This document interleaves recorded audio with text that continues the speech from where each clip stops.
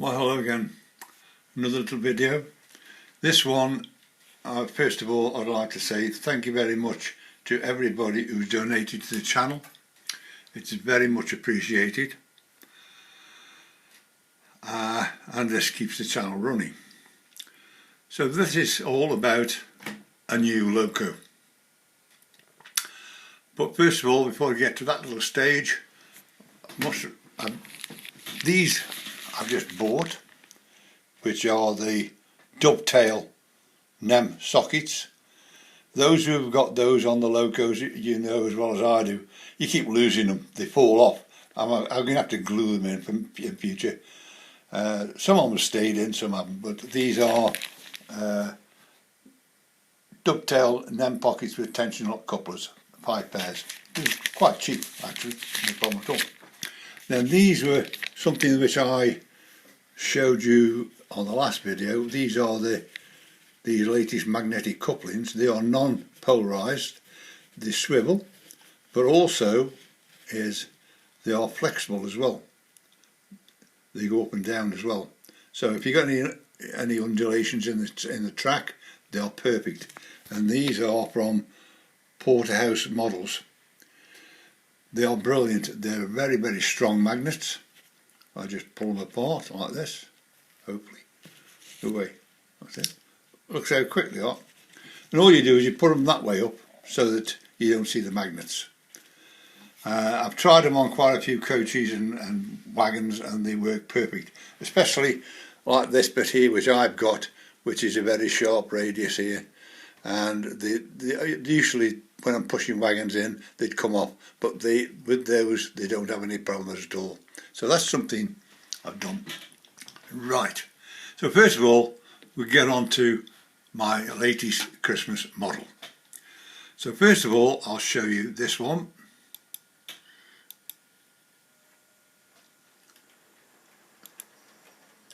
Which is this one. Which is the Class 33 West Coast. This one is a weathered one. I've had this for quite a while actually. This is by Halogen, and it is actually brilliant. But since then, the one I've just bought, which is this one.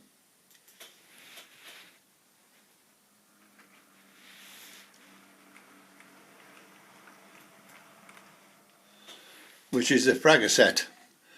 These run down on the southern railways, basically from Eastleigh, and this one's actually called Eastleigh. Now I buy locos, well, most of them, the way they look, but some of them, they are of times gone by for me. I've got a 150 Arriva train, and I've also got a 121 Arriva train, because I used to work for Arriva. Not the Arriva trains, but I worked for vehicle hire. I used to travel all over the country delivering and collecting vehicles. I used to do about an average of about 500 miles a day. I did it for 14 years. So they do remind me of the old days.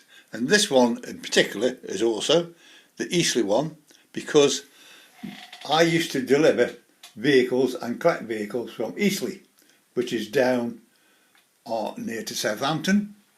And this is, where's it gone? Let's do it this way around. That's it, that's what I want, that one there. And what it actually is you come in off this road here, off the motorway, you come round this roundabout, come along here. Now Eastleigh station is there, but instead of going down to that one, you come down this one, go over the railway bridge, and you go here and turn into Dutton Lane there. And you go along Dutton Lane, keep going until you get to this stage here. And what this is here is, this is where Colas Rail, Network Rail are based, but also is along this road here. If you follow this road along here, if I go along here, you just keep going along the road. It's a concrete road, go along here, and what you end up with is you come across these two crossings here, over these two railway lines. There are barriers each side, because what it actually is this here is where they produce the long welded rails. So what you've got is when we take vehicles in and out this place, is you have to be very careful, because when they're shunting these wagons in and out here, you can spend 20 minutes on this junction waiting to get across because the barriers are across. But this is a place I used to go to once a week. I did one day where actually I'd been down in London, started up at 3 o'clock in the morning, went down to London, changed the vehicle home, come home to the depot. 4 o'clock they said, can you deliver this vehicle to Eastleigh? It's got a wrong one. So I then had to go all the way to Eastleigh to deliver this vehicle and change it over and then come home. But that is something I used to enjoy. The big one I used to do was Elgin, from where I live in Stoke-on-Trent. That was a 1,000-mile round trip in one day. To go out at night and come back next night. All in one day, never stopped over, just drove up and drove back. So this is something that I used to do. So this particular train here, which is another halogen one, it is actually a beautiful loco, this one is. That is in the Fragoness coach deliveries. So that is something that I've got, which has got brilliant lights on it, this one has. I'll just show you. Now if I just do this to show you the lighting. Brilliant lighting this has got on it. So those are the two trains. Now, a lot of my trains I have to control, like those two Class 68s there. I do that by the JMRI, which I use. And what I've got here is I've got two program tracks as such. This one is my Railmaster program track, and this one here is my JMRI program track. You can actually do it on here, but what you've got to be careful of course, you'll be setting up other locos for the same function. But I can actually run this railway off JMRI as well. But also you can test the trains on here. You don't have to check like here, you'd have to put it on the program track, put it on the main track, put it on this one, you do it all in one go. So what you've got is actually, is if I just come down here for a minute, come down here, go to here. These are some of my locos that I've got on it. So if I go down here, down to the one I've just done, which is the frog set there, frog and set there, right? I haven't put the picture in yet on that one. But this one has actually got a Gauge Master 4-function decoder in it. Now, when you come to decoders, what you've got is CB5 and CB6, which are the curve controllers, which control your trains. Now, with the ordinary Hornby decoder and the TTS decoder, they aren't available. They are on these new HM7000s, because I've got 7 or 8 of these that we've already done. So you can actually control the trains and the speeds. Then what you've got there is that is what the number is, which is number 2. That's the ID number. I haven't put that in there. It's a Gauge Master. There's a prog set and there's my name. So what you've got with this, if I go and click it on there like that, if I now go to the program side of things there, which is this, first of all I can go to the motor, and then I've got the acceleration rate and the deceleration rate there. I don't bother with these others, but those are the main two. You change them around, click this full screen, and it'll click them all over. If I just do this, I'll just show you. Look. That's how quick it does them. It's brilliant. So that does that one. Then also you've got the CVs. There's all your CVs. And you can actually, like this, you can read them and then you can write them. So just click that and you clicked it, stored it. There is 5 and 6, which are done differently on this one, but so what you've got, right. So what we've got there is, if I go to basic speed control, which is the Viz start, which is the starting voltage, the midpoint one, and the maximum. So maximum 255, and the minimum is that one there. But I don't tend to use this one. I tend to go for the next one, which is this one. What you've got here is that is going from start to finish at high speed. What you can do, which I do with these, is I can get hold of that one there, drag it down to here, we say to there, and then down here I can go to match ends, and it does that. If I use that as a table, I can then make sure that that train is running at what I set my trains at, which are 50 miles an hour on this layout. So those two there were set up perfectly the same, so they are connected together just by a magnet, not connected by any linkage, and they run perfectly together like that. I haven't done this one properly yet, so because I won't be using them as double headers, but that one there, I can know what that one is because I use a speed locator, which is normally sitting here, speed meter, and then what I can do with that is I can get this one and run this one and set this part here to go exactly at the same speed as that one there, and that is how I can control all my locos. Because if I put this one on as a Hornby, into the Hornby one, this would go round like a nut. So what I've done with that, I've actually cut that one down and I've cut that one down. So if I actually go to that one there now, if I just come out of this one now, because I don't want to change it.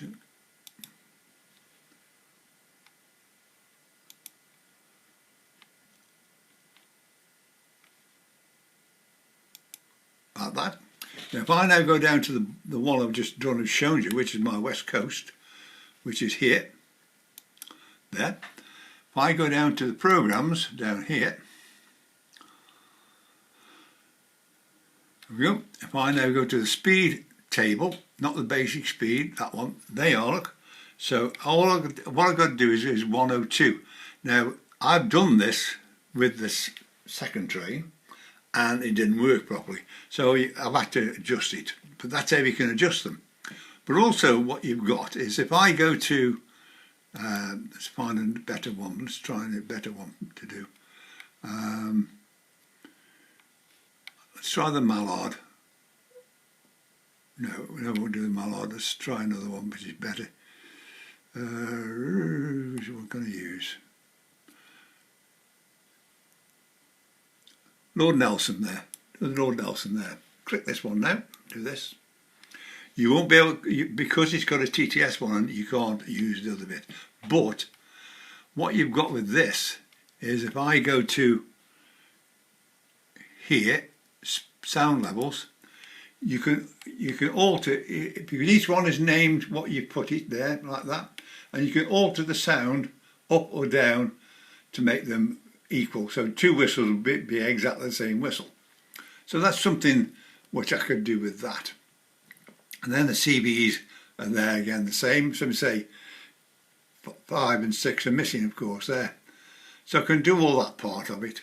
Then also is, if I go to labels like this has already been put in. So this is all the labels for what I've got in the system. Now one of the things is this lock. What that is if you see that lock there, that is the start up. It'll lock until you turn it off. When they got no lock on, they're just in a single momentary push. So that is one thing you've got there. Then also what you've got is, if you actually go to the throttle, this is this. They are, so there's all your sounds there, and there's all your speeds there. So you can run the trains off that as well. So that is something that I've got going on the system. Now one thing I've just done with this particular one there, I've just made a little sound one up, which is this one here, which is the Cardiff one here. So if I just press that. The next train to depart on platform 2 will be the 11:30, the Red Dragon service to Cardiff Central. This train is formed of 3 coaches. First class accommodation is located at the front of the train. A buffet service is available on this train. Please mind the gap when boarding this train. So then all I do then is to start the train off, and off it goes. But I actually build them into my programs as well. So these little trains are programs. These little ones here are the voices. My voices come from this one here, which is the train announcement system.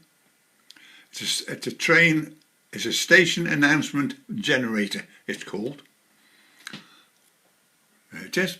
If I go to here, you can get this from there, which is www.pepandbean.com. It's £20, this is. It's the best thing you can ever buy. So what I'm going to do is, if I go back to here, that one there, right. So what you do is, there's the next train to depart. I'll put that in. I'll put that as 2. We'll just put it as Cardiff for now, just that one there. Then all you got to do is you do this and play it. The next train to depart on platform 2 will be the 11:30, the Red Dragon service to Cardiff Central. There you can put in how many coaches it's got, where the first class is, the buffet service, apologise for late running, mind the gap. And then here, what you've got in there is, you've got all these. So these are where they all sit up here. I got this one as the Red Dragon, so you put that in there. You can alter the time, so I do this, and I can put that in as 12. Where are we? 12, and I can alter that to whatever train time I want. Once you've got what you want in here, same as that particular one was Cardiff, which is Shrewsbury, Ludlow, Leominster, Hereford, Abergavenny, Cwmbran, Newport, and then it goes to Cardiff. You press the record button there, and it'll do exactly what you've just done there with the play, but it'll give you where it actually sits in the computer. And all mine sit in this sound file. If I go to the sound file here, there's the all are, look, there's all of them there, in there. If I now go to another one right at the bottom, which I made, which is terminate, I just click that.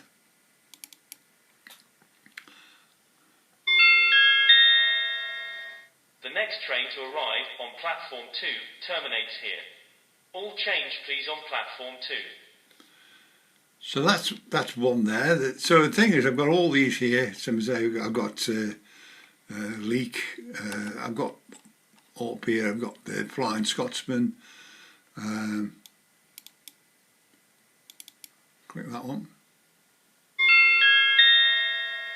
The next train to depart on platform 2 will be the 10:00 hours, the Flying Scotsman service to Edinburgh, calling at York, Durham, Newcastle and Edinburgh only. This train is formed of 3 coaches. First class accommodation is located at the front of the train. A buffet service is available on this train. Please mind the gap when boarding this train. Yeah, so that's how I get them, like that. And then I can make my programs up and build them into it. All I do is time how long that voice announcement comes. I start the train up, whether it's steam and all that stuff, coal shoveling, whatever it might be. And then what I do then is I'll actually then do the train announcement. I'll time the train announcement to a stopwatch, and then I'll just start the train off. So what we've got now is, if I come back to here, and now what we're going to do is I'm going to start off the West Coast one. There you go. Quiet as hell. They run beautifully, these do. I'll now start the other one off, which is this one. You can see.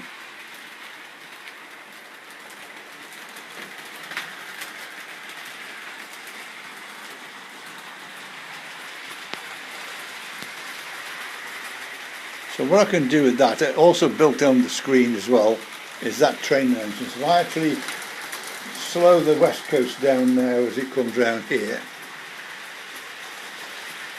and get to here,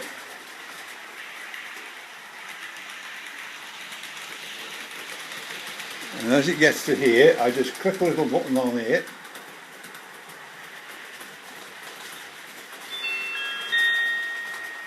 The next train to arrive on platform 2 terminates here. All trains please on platform 2.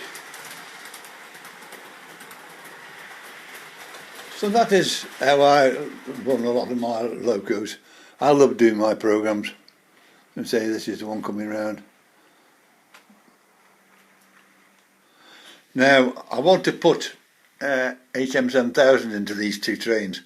Now the only thing is at the moment they haven't got a 33 in the files at the moment. The closest we've got a 31. But one thing with the HM7000s is you can put what you want in and then change it later to another train.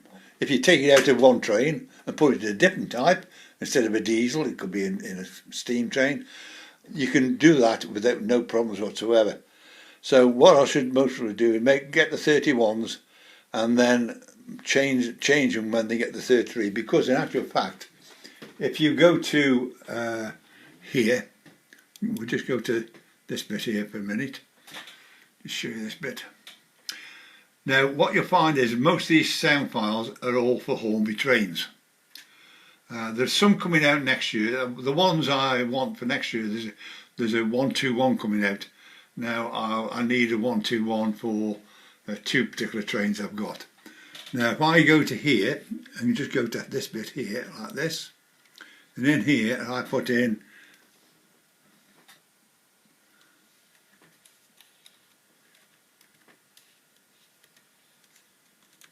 class 33, you'll see that there is a loco class 33 there, look. So the thing is, there will be coming out a file somewhere in the near future for that particular loco. So that's something I can actually do with these. So that is it for this particular video. It's just about to show you that new loco, which is this one here. And thanking everybody for the donations. If you want me at any time, you can always get me on 01782 302194. My email address is there as well, and just below the video you'll see a little blue line there which is for donations. Anybody wishes to donate, please do so. It's much appreciated. It keeps me going. So from that, I wish you all a happy Christmas and a happy New Year, and I'll see you in the new year. Bye for now. Bye.